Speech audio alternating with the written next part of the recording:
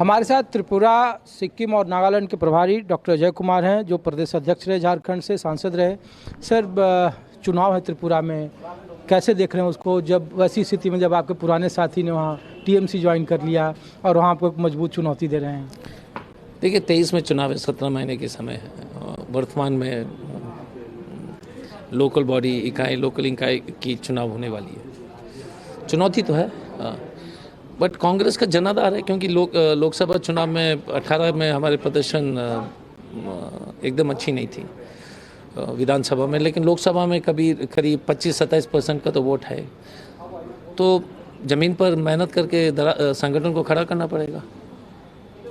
Sir, ये भी कहा जा रहा है कि आने वाले 5 राज्यों के चुनावों का बिगुल फूंक दिया। प्रधानमंत्री आज उत्तर प्रदेश में थे, अलीगढ़ में, और उन्होंने यूनिवर्सिटी का उद्घाटन किया। उन्होंने कहा कि उत्तर प्रदेश 17 के बाद जिस तरीके से आगे बढ़ा है, चाहे वो भ्रष्टाचार हो, लॉ एंड ऑर्डर हो, तो एक तरह से एक चुनावी शंखनाद है प्रधानमंत्री का। और इस तरीके में, इस माहौल में आपके सामने कैसी चुनौती है, कैसे प्रधानमंत्री की रैली को देखते हैं और आने वाले चुनाव में? नहीं, देखिए, प्रधानमंत्री जी और भारतीय जनता पार्टी जो है लगातार इतने असत्य कह रहे हैं। आप बताइए ना कि फिरोजाबाद में तो अभी तो इतने बच्चे लोग की मौत हो रही है। क्या विकास है? सबसे ज़्यादा बेरोजगारी देश में, सबसे ज़्यादा गरीबी देश में, सबसे ज़्यादा कुपोषण देश में, सबसे ज़्यादा महंगाई देश में। तो आप बताइएगा कि किस आधार पर सबसे ज़्यादा महंगा जो है गैस सिलेंडर हो गया है, पेट्रोल हो गया है, नौकरी नहीं है, और उसके बावजूद भी प्रधानमंत्री जी बोल रहे हैं कि अच्छा प्रशासन है। फिर तो इसका मतलब है कि झूठ के आधार पर ही या तो प्रधानमंत्री जी को कोई बात पता नहीं रहे हैं, सही बात। लेकिन स्थिति जो देश में है वो कभी आज़ादी के बाद इस तरह की स्थिति कभी नहीं उत्पन्न हुई थी जो वर्तमान में है। प्रेस की जो आज़ादी खत्म हो गई है, निर्दोष लोगों को जो है जेल भेजा जा रहा है, महिला की किसी तरह सभी महिला अब जो है यहाँ इस देश में अभी असुरक्षित हो चुकी हैं।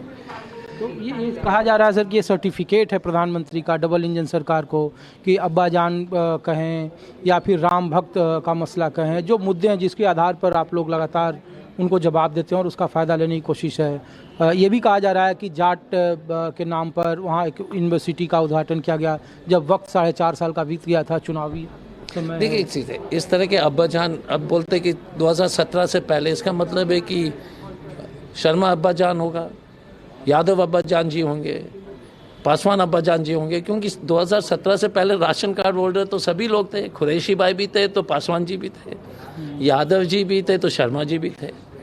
तो इन्होंने सबको इस तरह के जो कभी कब्रिस्तान, कभी शमशान घाट, इस तरह के जो है, एक तो प्रधानमंत्री जिस तरह के भाषा के इस्तेमाल करना, क्योंकि मुद्दे तो है नहीं, अपने काम के आधार पर तो वोट नहीं मांग सकते हैं। बंगाल में आपने देख तो काम पर आधार पर वोट नहीं मांग सकते, तो नफरत फैलाई है। इनकी तो यही आदत है। देखिए, देश को कुछ नहीं, ये देश को डुबा के छोड़ेंगे। नफरत नफरत नफरत, एक ही एजेंडा है। एक और सर, नफरत करीब एक ही छोटे से टिप्पणी करूंगा। भारत दुनिया के सबसे दुखी देश में से शुमार हो चुका है, सबसे दुखी देश में से।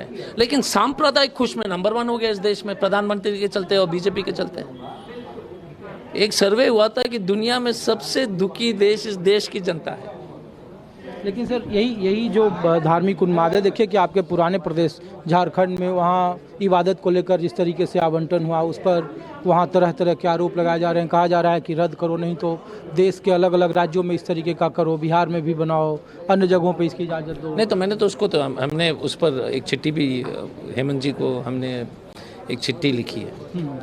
हमने कहा कि देखिए, सरकार को किसी तरह से हर एक धर्म से जो है दूर रहनी चाहिए, हर एक धर्म का सम्मान होना चाहिए व्यक्तिगत, लेकिन सरकार में कहीं पर भी जाए ना तो नमाज पढ़ने का जगह होना चाहिए, ना ग्रंथ पढ़ने की जगह होना चाहिए, ना मंदिर की पूजा पाठ करने की जगह होना चाहिए, विधानसभा हो या सरकारी ऑफिस हो। ये असली जो है नेहरू जी का परिभाषा है सेक्युलरिज्म का, कि आप अपने व्यक्तिगत जिंदगी में एकदम जितना आपका आस्था है उसको जो है पूरी तरह से सम्मान देंगे और व्यक्तिगत कार्यक्रम में पूरी तरह श्रद्धा के साथ शामिल होंगे।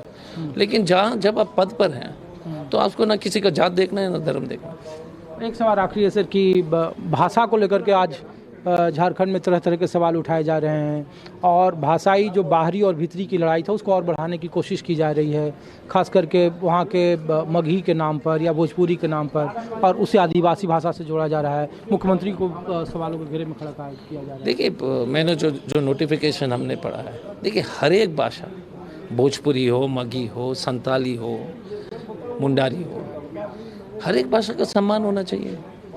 यदि आप भाषा के आधार पर आप जो है लोग को बांटेंगे और बोलेंगे कि इस भाषा के लोग यहाँ के नहीं हैं, आपको पता नहीं मालूम होगा कि लेकिन झारखंड सरकार की जो है अधिकृत जो ऑफिशियल सरकारी जो है आधिकारिक भाषा जो है वो हिंदी है ऑफिशियल। जैसे बिहार में जब बिहार झारखंड था तो झारखंड सरकार का जो ऑफिशियल जो है भाषा है वो अंग्रेजी में जो पत्राचार नहीं करते हैं, वो हिंदी में ही करते हैं। तो आप बताइएगा कि वो हिंदी वालों को भी अलग कर दिया। तो किसने इस पर मैंने जरूर फिर से मैंने मुख्यमंत्री जी को अनुरोध किया, हो सकता है कि सरकार से थोड़ी सी चूक हो गई हो, मुझे लगता है कि वो सुधार देंगे। धन्यवाद। तो डॉक्टर अजय हैं और बता रहे हैं कि चाहे वो उत्तर प्रदेश का मामला हो या झारखंड का मामला हो या त्रिपुरा का मामला हो, कांग्रेस की विचारधारा को वो आम आदमी तक पहुंचाएंगे और इसकी लड़ाई वो आगे भी लड़ते रहेंगे। कैमरामैन नितिन के साथ ऋषिकेश कुमार, न्यूज़ 24 दिल्ली। नमस्कार, मैं हूं मानक गुप्ता। अगर आपको हमारा ये वीडियो पसंद आया हो तो इसे लाइक और शेयर जरूर करें और हाँ, हमें सब्सक्राइब और फॉलो करना ना भूलें ताकि आप देश और दुनिया की कोई खबर मिस ना करें। तो जुड़े रहिए हमारे साथ और देखते रहिए न्यूज़ 24।